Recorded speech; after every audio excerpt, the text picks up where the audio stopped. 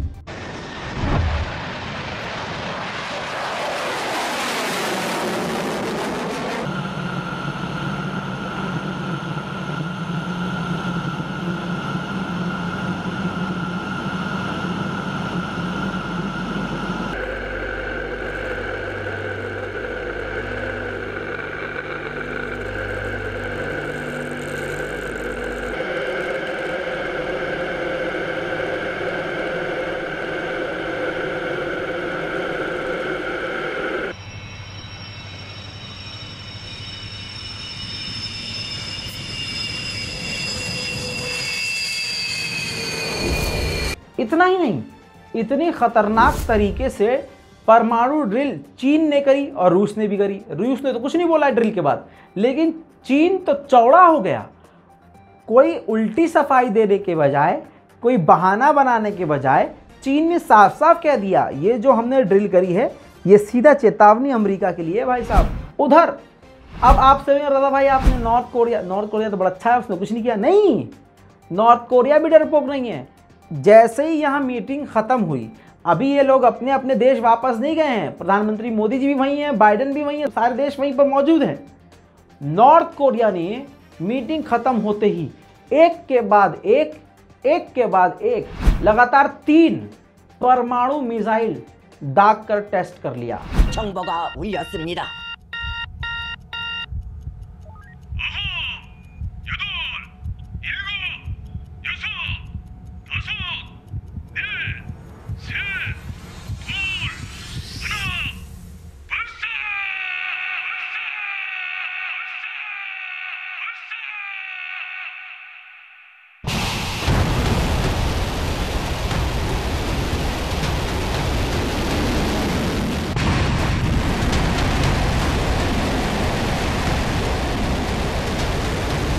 दोस्तों, अमेरिका के टेक्सास में पहले 18 साल के लड़के ने अपनी दादी को कत्ल किया। स्कूल गया, स्कूल में एक ही क्लास के 19 लोगों को, 19 बच्चों को, स्टूडेंट्स को कत्ल कर दिया गोली मारकर। साथ में आपको बता दूं, इनमें मारे गए जो टोटल लोग हैं वो 21 लोग मारे गए। ये दर्दनाक मौत 21 लोगों को उस 18 साल के उस लड़के ने दी, जिसमें 2 टीचर्स भी शामिल हैं। 2 टीचर्स को मारा, स्टूडेंट्स को मारा, अपनी दादी को मारा। ये सारा कत्लेआम जब हो रहा था तो आनन फानन पुलिस वहाँ पहुँची और उस बच्चे को भी, जो ये कत्ल कर रहा था, कत्लेआम मचा रहा था, उसको मौके पर ही कत्ल करके गिरा दिया गया, जिसका नाम साल्वाडोर रैमोस बताया गया है। आपको बता दूं, ये मुसलमान नहीं है। वीडियो नहीं दिखाऊंगा, रिपोर्ट लगा दिया है। फिर से बता दूं, वो मुसलमान नहीं है। और भारत में ये गोदी मीडिया इसलिए नहीं दिखा रहा है क्योंकि ये मुसलमान नहीं है। अगर ये मुसलमान होता तो इसको फ़ौरन इस्लाम से, मुसलमान से जोड़कर एक बड़ा प्रोपेगेंडा चलाया जाता और भारत में फिर से नरसिंहा गंध सरस्वती जैसे लोग इसका एग्जाम्पल बनाकर भारत के मुसलमानों को गोली मारते। दोस्तों, तालिबान की सरकार ने यूएई की कंपनी के साथ डील करके अफगानिस्तान में मौजूद 4 बड़े एयरपोर्ट की चाबियां यूएई की कंपनी को सौंप दी है। अब बात करेंगे मेन एयरपोर्ट की, जो काबुल एयरपोर्ट है। उसके लिए तालिबान तुर्की और कतर से लगातार बातचीत कर रहा है। अफगानिस्तान के शहर मज़ार शरीफ में शिया समुदाय पर कुछ दिन पहले बड़ा हमला हुआ था। मस्जिद के अंदर कई लोग मारे गए थे, दर्जनों मारे गए थे और सैकड़ों घायल हुए थे। शिया समुदाय लगातार निशाने पर रहता है यहाँ पर। आपको बता दूं कि शक तालिबान पर किया जा रहा था या दूसरी कम्युनिटी में भी किया जा रहा था, लेकिन मामला वही निकला जो तालिबान ने कहा था। आईएसआईएस ने उसकी जिम्मेदारी ले ली। जी हाँ, आपको बता दूं, दाइश ने उसकी जिम्मेदारी ली और दाइश ने कहा कि हमने शिया समुदाय को निशाना बनाया और आगे इसी तरह से निशाना बनाते रहेंगे। तालिबान ने वहीं पर कहा है कि हमारी सरकार पूरी तरह से आईएसआईएस के खिलाफ है, दाइश के खिलाफ है, और हम उनको ढूंढ ढूंढ कर गिरफ्तार कर रहे हैं और उनके खिलाफ ऑपरेशन चला रहे हैं। हम शिया समुदाय, बल्कि अफगानिस्तान में रहने वाले हर समुदाय के साथ कंधे से कंधा मिलाकर खड़े हैं। वहीं पर आपको एक बड़ी खबर बता दूं, हौथीज ने एक चाइनीज ड्रोन मार गिराया। अब जब वो ड्रोन गिरा तो पहली बात बता दूं कि उस ड्रोन में, जी हां, मिसाइल मौजूद थी जो सरफेस टू सरफेस मिसाइल मार सकता है और ड्रोन आसमान से नीचे हमला कर सकता है उस रॉकेट का इस्तेमाल करके। जब वो ड्रोन गिरा, हौथीज ने जांच करके बताया कि ड्रोन चाइना का था, लेकिन वो इस्तेमाल सऊदी अरब कर रहा था। और जब वो ड्रोन जहां पर गिरा, वहां पर 3 से 4 लोग मौजूद थे। 3 लोग उस ड्रोन के नीचे दबकर मर गए। देखिए वीडियो।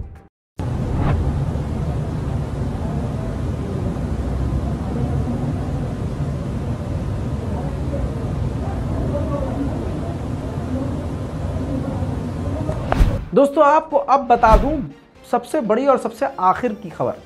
रूस ने जिन यूक्रेन के इलाकों पर कब्जा कर लिया है, तो वहां पर यूक्रेन के भी लोग मौजूद हैं, उनसे सीधा सीधा कह दिया है कि ये हमने हासिल कर ली जगह।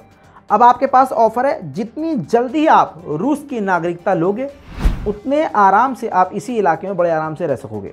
यानी यूक्रेन वासियों को उनकी ज़मीन पर कब्जा करके जीत कर उनकी जगह को उनसे कह रहा है अब यूक्रेन के नहीं, आप रूस की नागरिकता ले लो और सुकून से रहो। दोस्तों, अभी तक के लिए थी ये दुनिया की सबसे बड़ी खबरें। अब आराम से इस वीडियो को देखिए, रिपोर्ट को शेयर कीजिए, कमेंट में अपनी राय दीजिए, दुआओं में हमको याद रखिए। मैं हूं रज़ा, आप देख रहे हैं रज़ाग्राफी। जय हिंद।